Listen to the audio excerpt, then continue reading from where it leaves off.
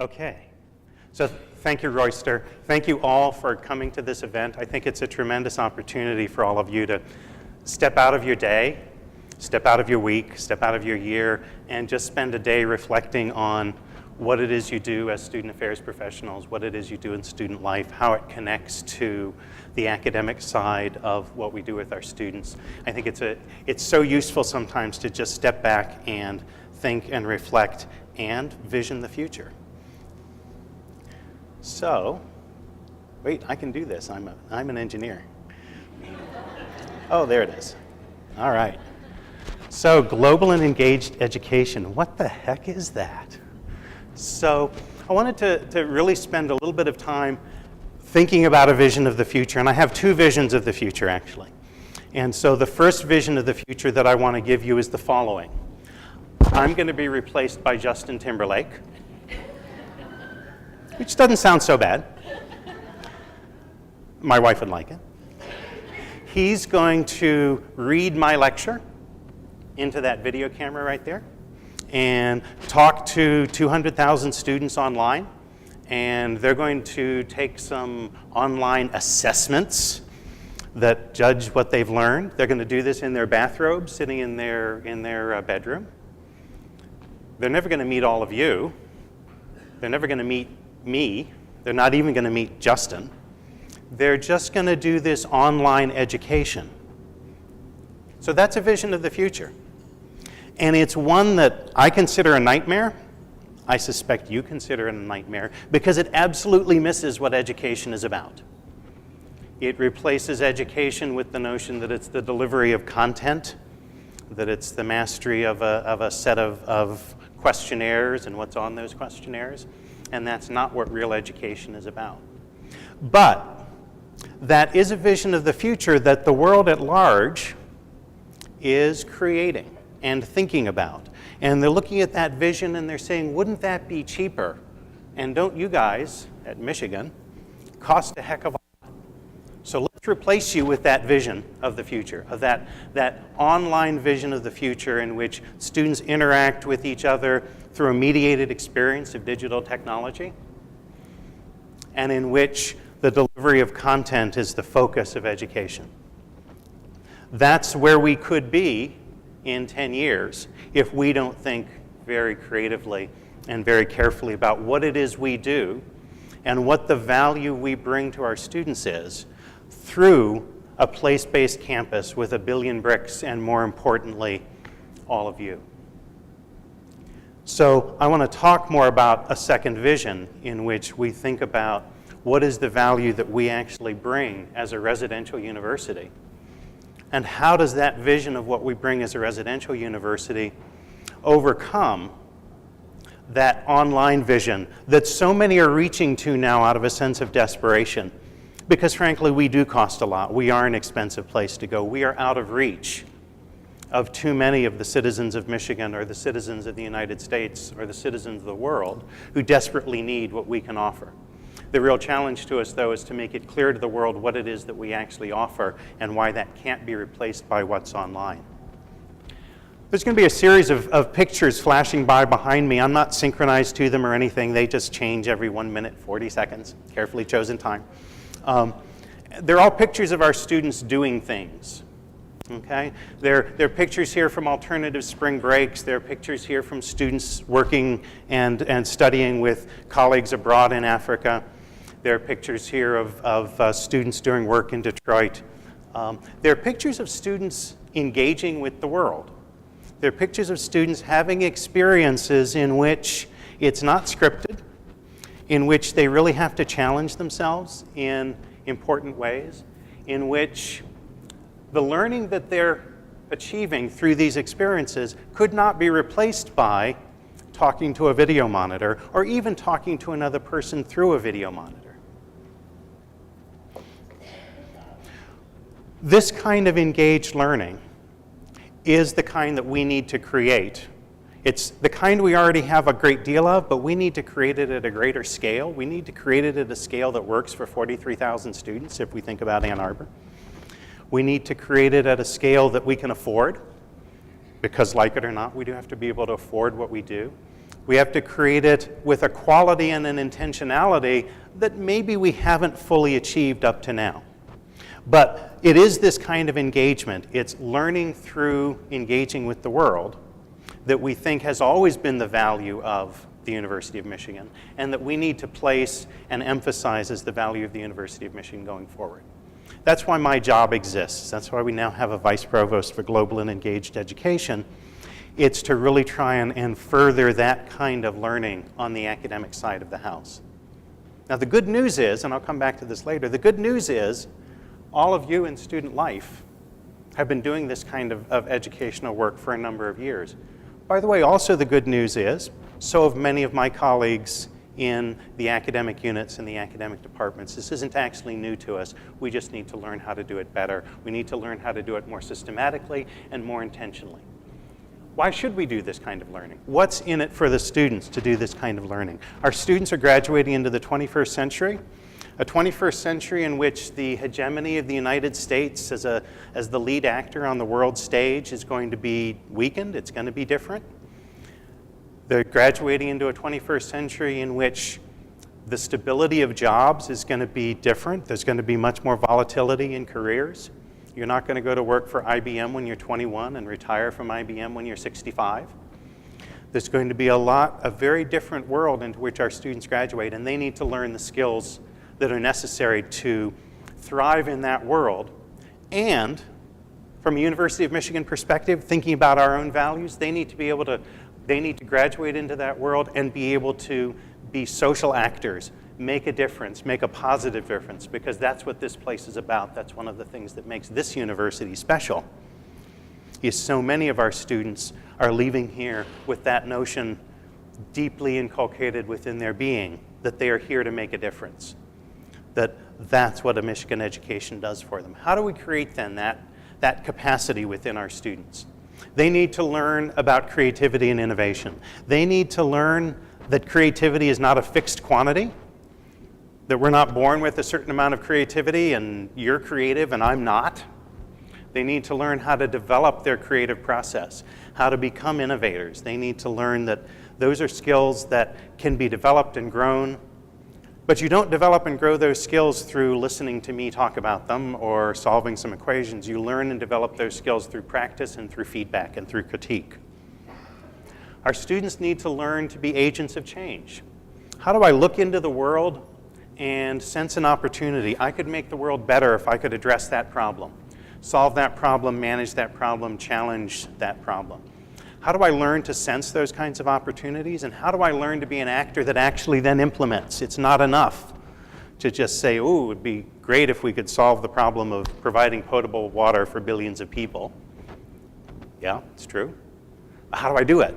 And what do I do as an actor within the world? What do I do in order to address that problem? We need to develop those skills within our students.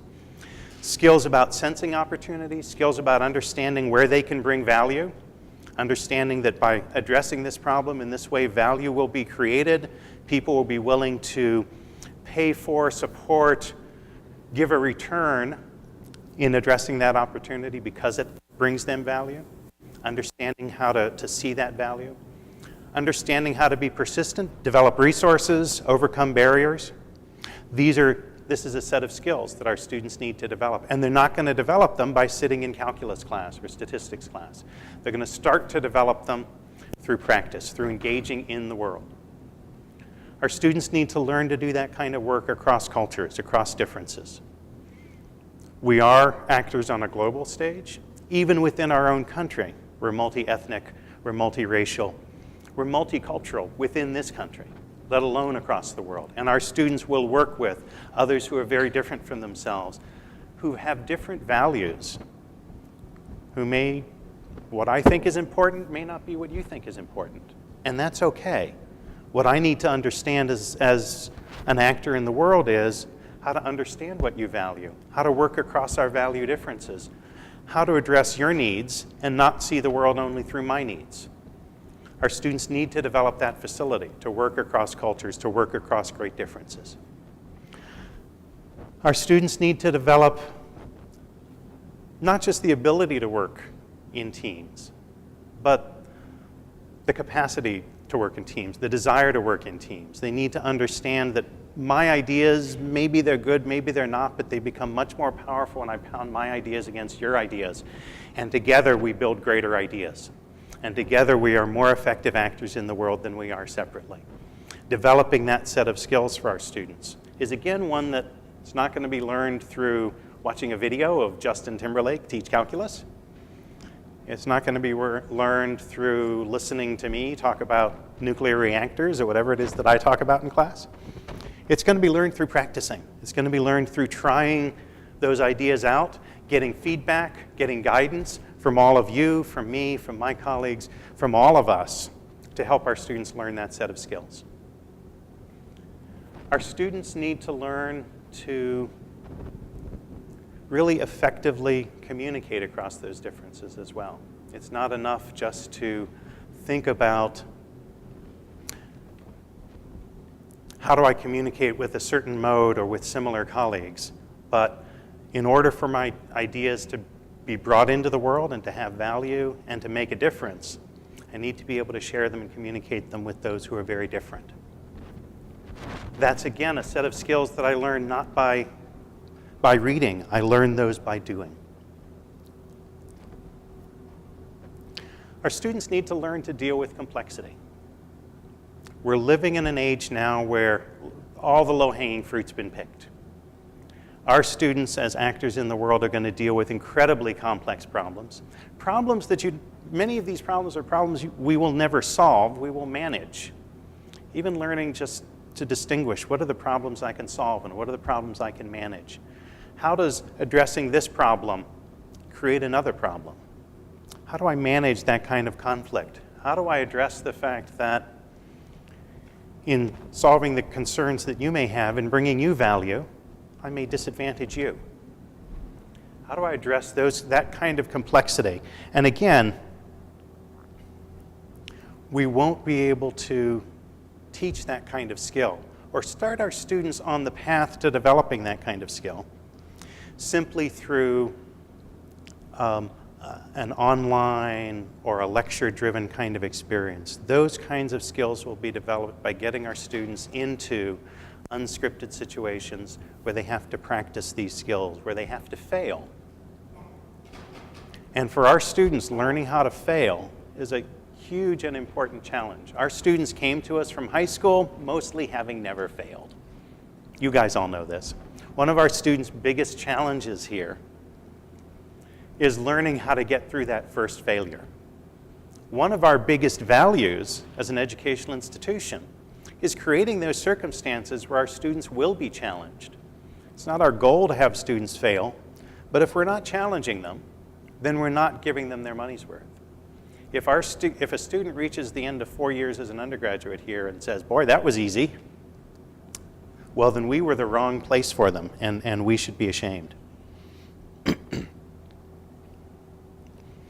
Those kinds of skills that our students need to learn, they build on the traditional liberal arts education, the goals of a traditional liberal arts education. We've always said that our students need to develop modes of qualitative and quantitative reasoning, deductive and inductive reasoning. Our students need to learn how to give critique, give feedback, and accept critique and accept feedback. They need to develop those skills of critical thinking. Those are skills we've worked really for decades in developing an educational experience that would deliver those skills. But now we need to deliver some more. We need to deliver some higher value skills, or at least start our students on the path to developing them. You don't learn how to completely master your own creative process in 4 years of undergraduate school or in 4 years of undergrad and another 4 years of grad school. That's a lifelong process. And we have to recognize that what we're doing is spending, for our undergrads, 4 years with them to prepare them for 40 years or more of career and being an actor in the world. Because they're going to live longer too.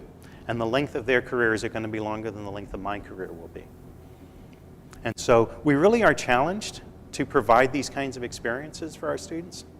But it's something we must do, both because it's educationally the right thing to do for our students in the 21st century, and also because it's the kind of education that we can do, especially as a residential college, as a place-based educational institution, that you cannot replace through this kind of online fantasy that the world is currently pursuing. And the online education revolution, that this is going to happen. The real question isn't whether there is increasing online education. The real question is, how do we, as an educational institution, adapt to that? Do we continue as a residential university, or do we become something else, something very different, something very much smaller, not needing 1 billion bricks? I believe that we will continue to be a residential institution, that we will continue to provide educational experiences that can't be replaced by that kind of online learning, because it's this kind of engagement that really matters. This is where true education happens.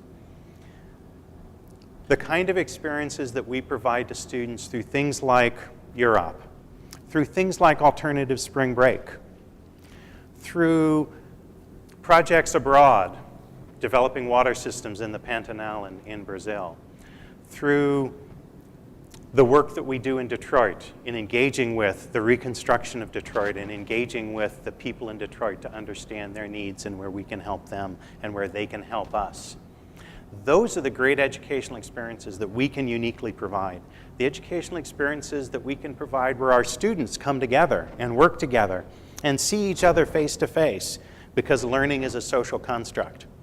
We know that we can't replace this through a mediated experience, and our students don't want that.